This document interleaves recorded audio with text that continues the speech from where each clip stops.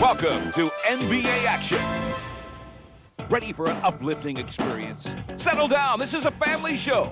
It's time to get the butts out and bring on the action. Malone on the flank, right back to him for the pretty slam. So please, before these guys go insane, let's get the action going.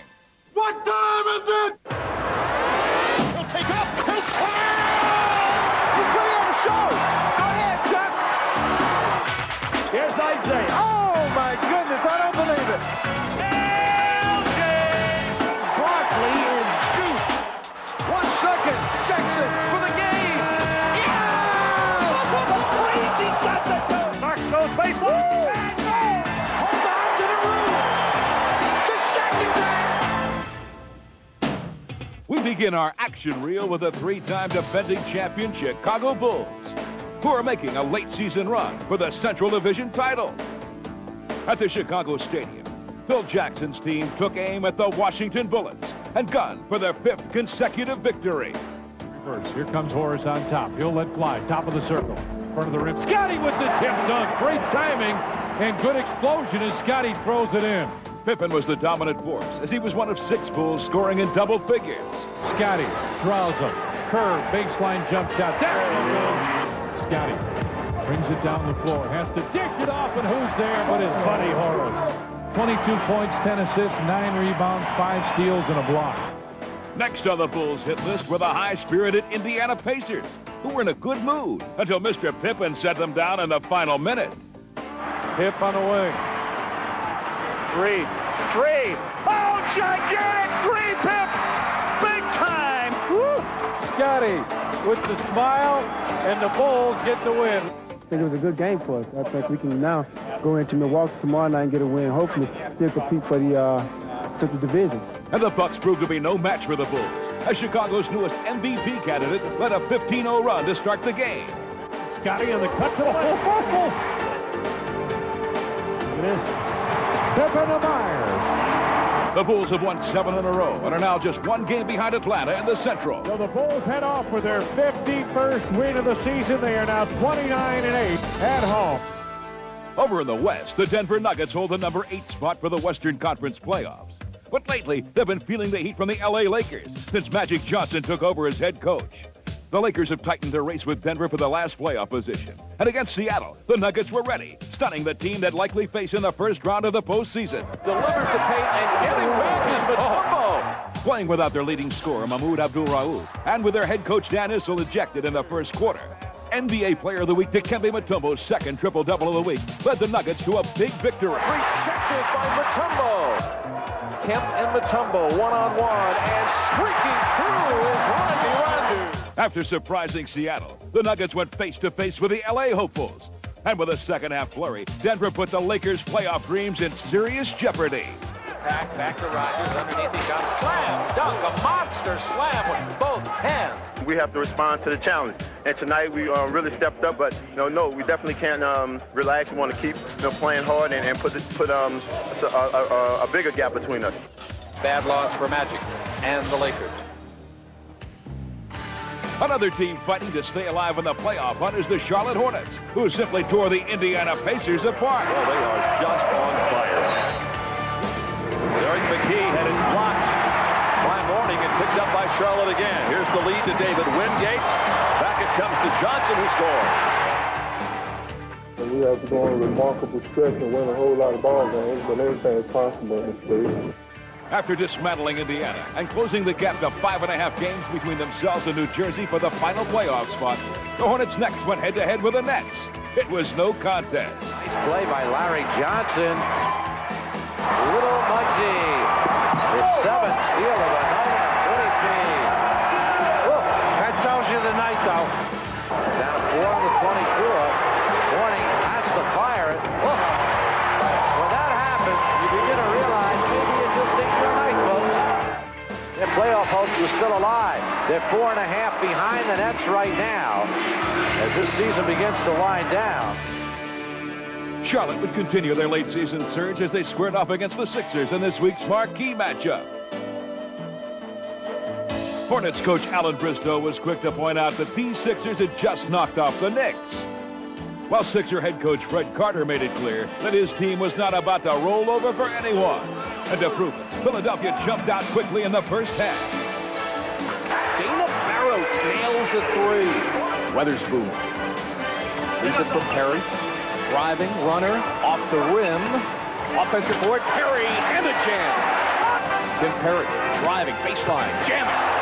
Over. Alonzo Mourning on a quick jam. The Hornets struggled in the first half to keep pace, and only the play of Muggsy Bogues kept them in the contest. Kicks it over to Muggsy Bogues, open on the right wing. Coming up on the 1-minute mark. Woolridge all the way. They've got an 8-point lead. Philadelphia 62, Charlotte 54. Charlotte Hornets' chances of getting into the playoffs are slim, but a loss tonight to the Philadelphia 76ers will virtually eliminate them from any possibilities. With their playoff lives in peril, the Hornets responded. Moves into the front court quickly. Shovels it inside to Larry Johnson. Here's a steal. Wingate trying for the lead for the Hornets. Charlotte goes on top. Late in the fourth quarter, LJ looked to finish off the home team. Johnson drives and scores, and that might finish off the 76ers. All right, we're down to the last 30 seconds. Sixers down by 7. Here's Spoon over Mourning. Drains a three. Suddenly, the game turned into a coach's nightmare. Barros. 2-point game. After Muggsy missed his second free throw, Fred Carter's crew had a last chance to tie. Barros flips it up off the rim. Dawkins rebounds. Back to Barros. Gets it away. Three. Good. Got it. This thing is tied up, and we are going to overtime. Wingate. 22-footer. Good. This is Del Curry. 3. Big 3 by Curry. They took the Charlotte Hornet team to overtime, but in the end, Alan Briscoe's club came out on top. The Charlotte Hornets 127. The Philadelphia 76ers 122. Coming up next on NBA Action, a look at Reggie Miller, recently selected to play for Dream Team 2. This is probably going to have to match up there with probably, besides being drafted, as one of the better moments in my life. Then, some really great moments on NBA Encore. Welcome back to NBA Action. Now a look at the newest member of Dream Team 2, Indiana's Reggie Miller, a shooting star whose exploits are a sight to behold. Reggie lets the three fly. Boom, baby! Reggie Miller from 45 hits the shot. He hit it from darn near midcourt. I don't believe it. Here he comes. Skate away. Yes, Miller hits a big one. Reggie is one of the game's most accomplished three-point artists. But as the Pacers' all-time NBA scoring leader, it's the 7-year veteran's entire offensive arsenal that wears down the opposition. He's not a physical guy, but he runs so much. I think the last game we played, he had me so tired just by running. In a split second, you take your eye off him, he's going to can a jump shot. Reggie Miller's wide open. You can't let him have that. You've got to be in his face all the time. That's the best compliment an opposing coach can give you when he draws up his game plan. And his first thing on the chalkboard is to stop Reggie Miller. But that's also a lot of pressure on you as well because you got to go out there and perform. These days, Reggie's a step ahead in the pros. But while growing up, sister Cheryl, an Olympic gold medalist, matched him stride for stride. If anyone that knows me better than anyone would probably be Cheryl. We've gone through so much together when we were growing up. Reggie and I just had a personal war. We were always trying to see who was the best. Elbows, knees, whatever it took to win, we did. Those brother and sister battles helped develop a certain mentality that Cheryl recognizes in Reggie's game today. The biggest part of his game that I'm probably most proudest of is Reggie's toughness, his mental toughness. Reggie is a fighter, and he won't quit. And that's a quality that served Reggie Miller well in his personal duels with some of the fiercest competition in the league, as he usually finds himself matched up one-on-one versus an opposing team's all-star. You always get measured by those guys. Miller against Dumont. Joe respecting his driving ability. Miller a quick step. Not necessarily you have to have a career game. Reggie in on Michael Jordan, got inside and made the hook. Just as long as you play well and you compete hard. Miller posting up on Starks. Shot clock down to 3. Miller swings in. In the 93 playoffs against John Starks, Miller shined, and Pacer fans just couldn't get enough of him. as he nearly led the Pacers to an upset over the heavily favored Knicks. Another spectacular shot by Miller, who has taken over this game. There aren't many players that can accept a challenge like the Knicks threw at Reggie. And I think by the end of that series, Reggie realized what it takes night in and night out in order to ensure that your team's got a chance to win. This summer, Reggie Miller will turn his focus to Dream Team 2, an honor that places him among the game's elite. This is probably going to have to match up there with probably, besides being drafted, as one of the better moments in my life because of the company I'm going to be keeping on this team. Reggie Miller, what a cold-blooded three-point field goal for him. I'm sure if guys back in on guys like Mourning and myself, then it's going to leave a lot of room for Reggie Miller to hit the outside shot. Feed the big guys the ball and spot up. You know, let them do all the work. I'm just a zone buster, so I just hit a few threes coming out and cheer those guys on.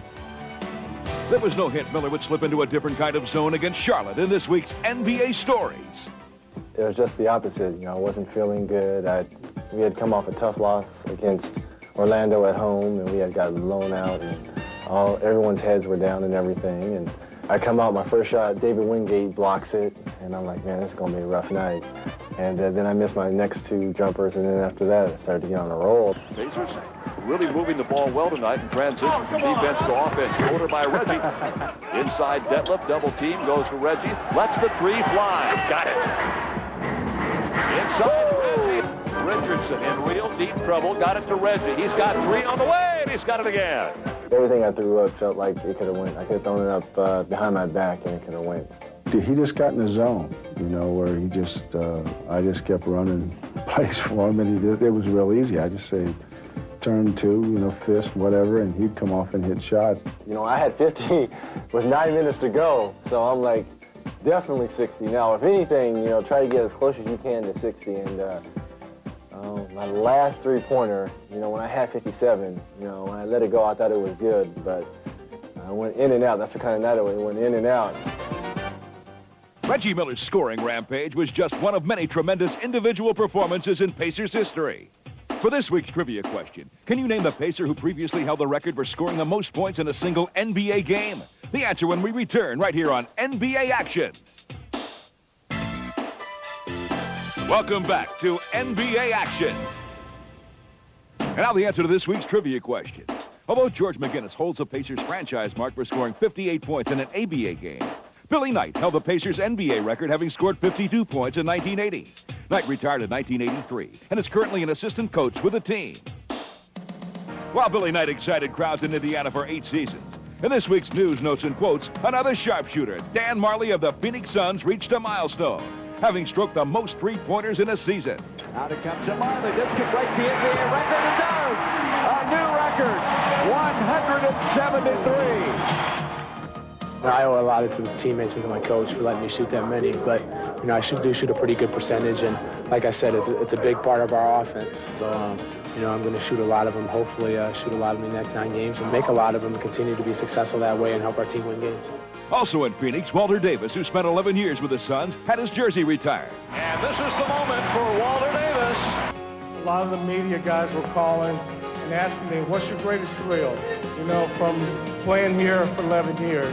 And I couldn't pick out one great thrill, but after experiencing this now, this is my greatest thrill of being with the Phoenix Suns. And finally, New York's Pat Riley moved into a 10th place tie with Red Holtzman on the all-time coaching list. Both have 697 NBA wins. On fire this week is a trio of playmakers. First to make a point was Rod Strickland, who led the Portland Trailblazers to a win over the Phoenix Suns by handing out a career and franchise-high 20 assists. Strickland outshined the Suns as the Trailblazers began setting their sights on the NBA playoffs. Strickland Murray! Rod Strickland continues to get up the numbers. What a game Rod has had tonight. Murray for three.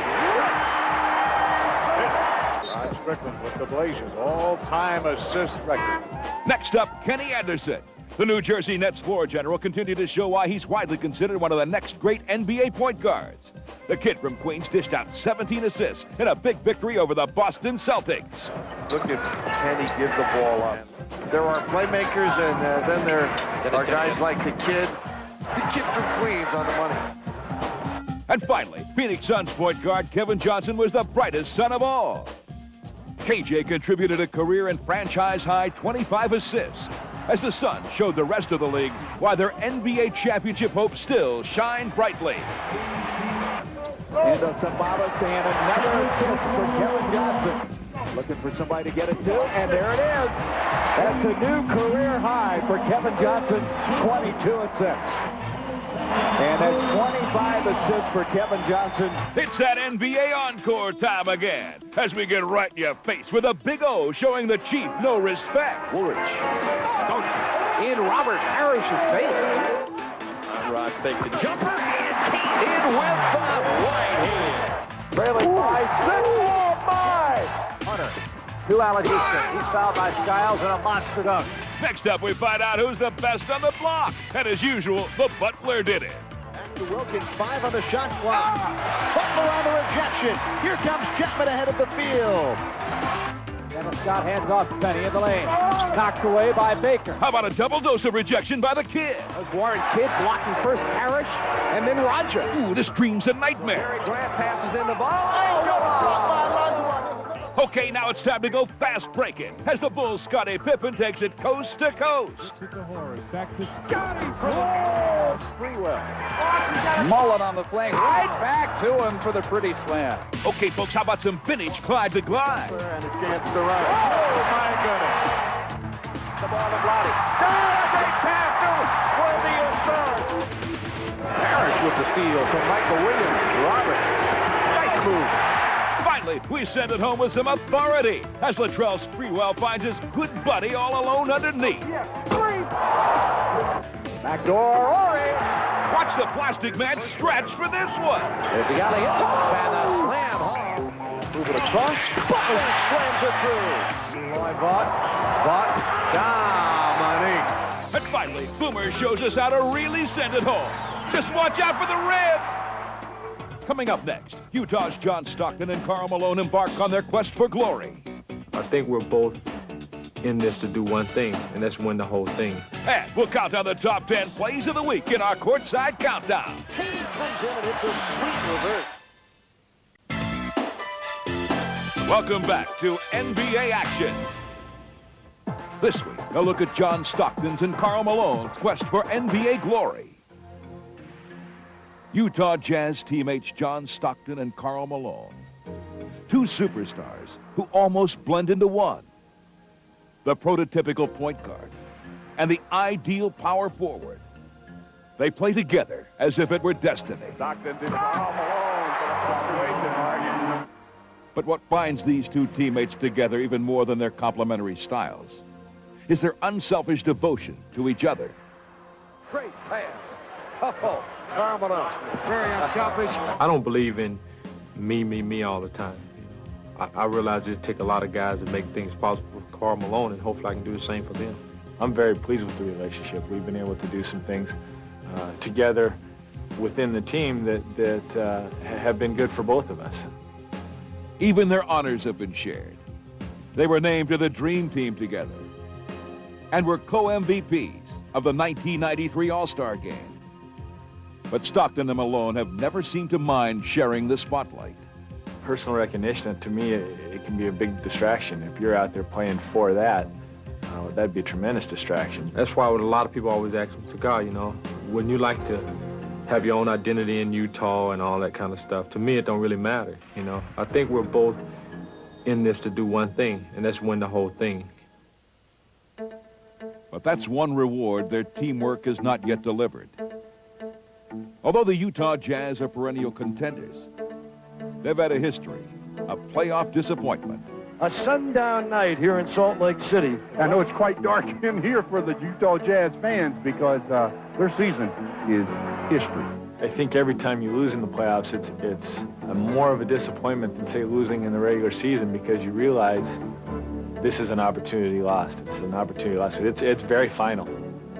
For all their brilliance, there have been times when Malone and Stockton have heard it suggested that this great partnership should be dissolved and the team rebuilt.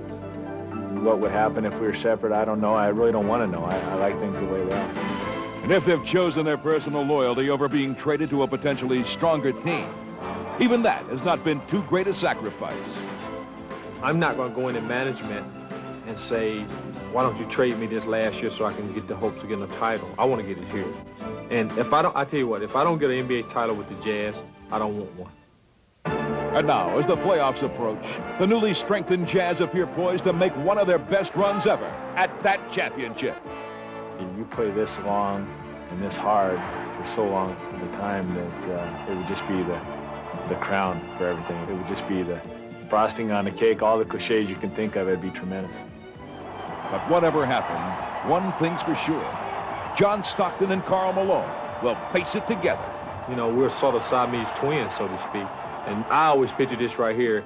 If we happen to go to the Hall of Fame one day, they probably try to get us both there together. And now that we have you on the edge of your seat, it's time for the top 10 plays of the week. 5, 4, 3, 2, 1. In our Courtside Countdown. Hey, we're on the move, and so is Miami behind a surging Sally. Anderson steps back away and comes up with it. 3-on-1. Sally on the line. Now Sally with the thunderous slammer. How divine at number 9 as P delivers. Douglas has to fire it in the face, but look at D. Brown, former slam dunk champion. You see why? He pumped him up that time. Showing off his best stuff is Rodney Rogers, adding his own twist. Thank you. It's Christmas time. Slams up. Oh, he puts on a little hot dog. Did a 360 turn in the air and two-hand slam. Nice. Hey, here comes another Denver dunker. And will you look at Mutombo on the move? He goes. The big side. Hello! The Cafe Mutombo coast to coast. At 6, Dennis Scott turns into Demolition Man. Scott stuffs it in. Wow, what a play by Dennis Scott. And you know, folks, no countdown would be complete without a Kemp kaboom. And he shouts out with joy. I would say that was rather emphatic. At number 4, you got to wonder which side has the rocket boosters. Going left, takes it into the slam. Latrell Sprewell. That was nasty. We're in New Jersey for a nifty move by the Nets, Derek Coleman. Here's Coleman. That'll count if it goes and one. Willpower and authority. Oh, what a terrific look first. At number 2, Mitch Richmond shows the Suns who's king of the court. Richmond on the drive in traffic. Puts the shot up and gets it. He's knocked down and fouled. What a play by Richmond. Barkley with a foul, and Richmond will go to the free-throw line. And for the number 1 play of the week, Denver's Duncan Demon rises above the pack all the way. How about that? Get out of your seat on that one. Oh, my goodness.